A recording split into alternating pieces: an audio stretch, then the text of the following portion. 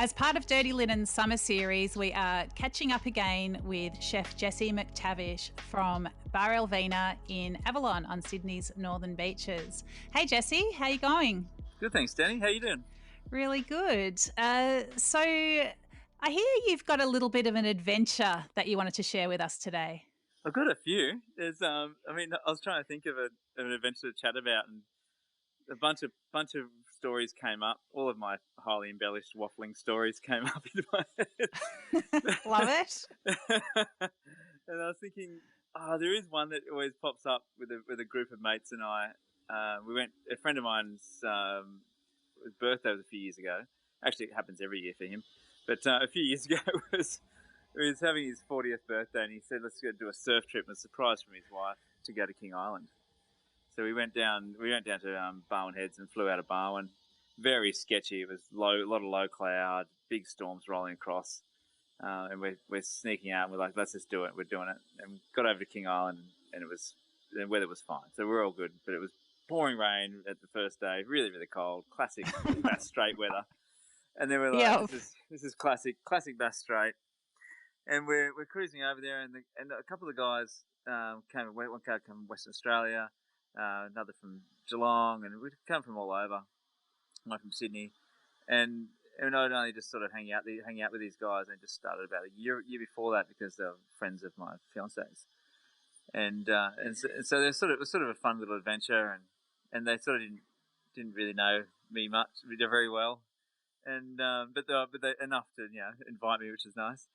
And a couple of guys were now my best mates, and we were heading over there, and I'd been over there a couple of times. I'd been there 3 or 4 times to King Island before, and another time we'd commented on the amount of roadkill that was around, and so we're cruising over to this spot called Martha Lavinia, one of the famous surf spots over there, and it's pumping, super fun waves. But on the way over, there's just wildlife all over the road, just running out in front of you.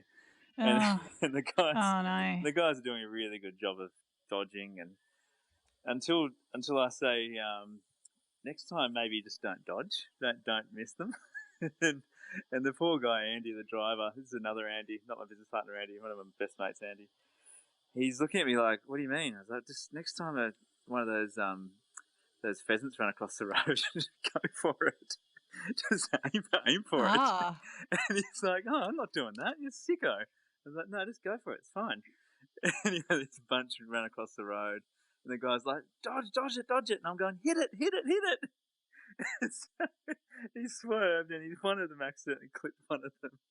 And I said, "Stop the car!" And they were like freaking out. "Oh no, I've hit a bird!" And "Stop the car!" And run out with my knife and cut its head off, cut its head off, and bleed it on the side of the road. And we'd run back in the car, jump in the car with this pheasant, and then we would get to the surf spot and I'd run down the beach, pluck it in the ocean, and let it sit in the ocean water for about an hour. It's brined perfectly. Wow! So we come back in from surfing, grab the pheasant, come back home to the shack we were staying in, cook it up, and that was dinner. It was delicious. So from then on, I was known as the murderer. Oh my God, Jesse. I don't know what I was expecting from this story, but you know what? And when you were saying wildlife running out across the road, I was envisaging like wallabies and wombats and. Oh yeah, there are plenty of those. Yeah. But were you specifically hoping for a pheasant to decapitate and yes. see brine? Definitely. The trip before we'd run over a tiger snake, and I did the same thing. Ran back and killed it and skinned it and washed its gut out because it got salmonella in their stomach. Washed its gut right out and cooked that up KFC style. It was Kentucky Fried Snake, King Island style. It was delicious. Wow, you're just like the roadkill expert. I'm not going to get invited back to King Island now. I mean, you got to think like there is so much wildlife that's, just like festering by the side of Australia's roads. And I think if people, did cook them up occasionally, at least you're making use of that meat. Absolutely. 100%. So I'm full of worms. Sure. How did the meal go down? Yeah, it was good. The guys were a bit nervous about eating at the start, and then once I'd tucked into it, and Andy had some, and another mate George had some, and then they were like, "Okay, this will be all right."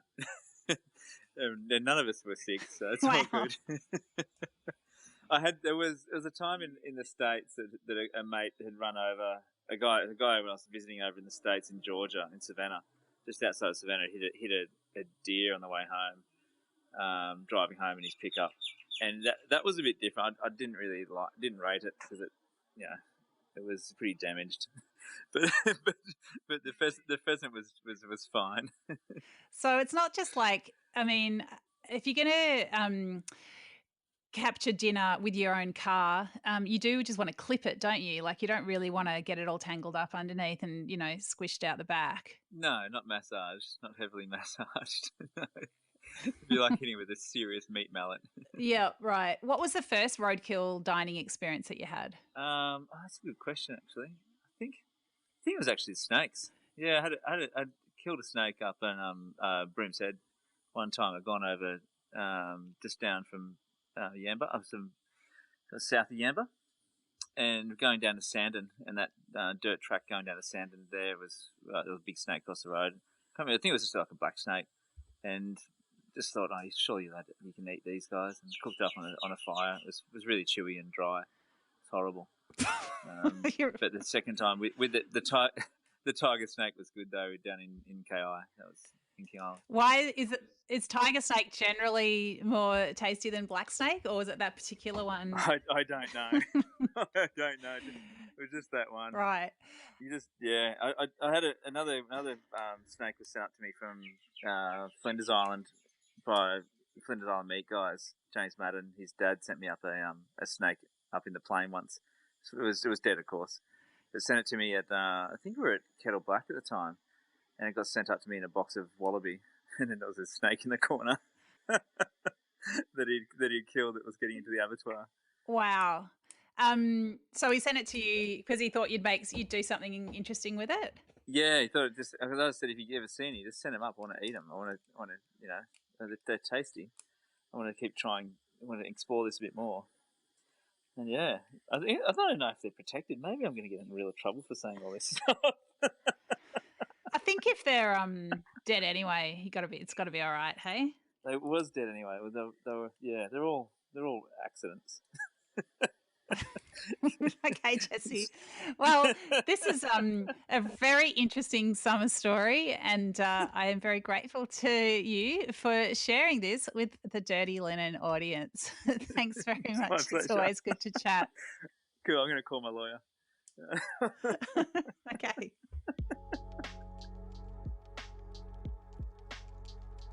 This is Dirty Linen, and I'm Dani Valent. We air the issues that the hospitality industry finds hard to talk about.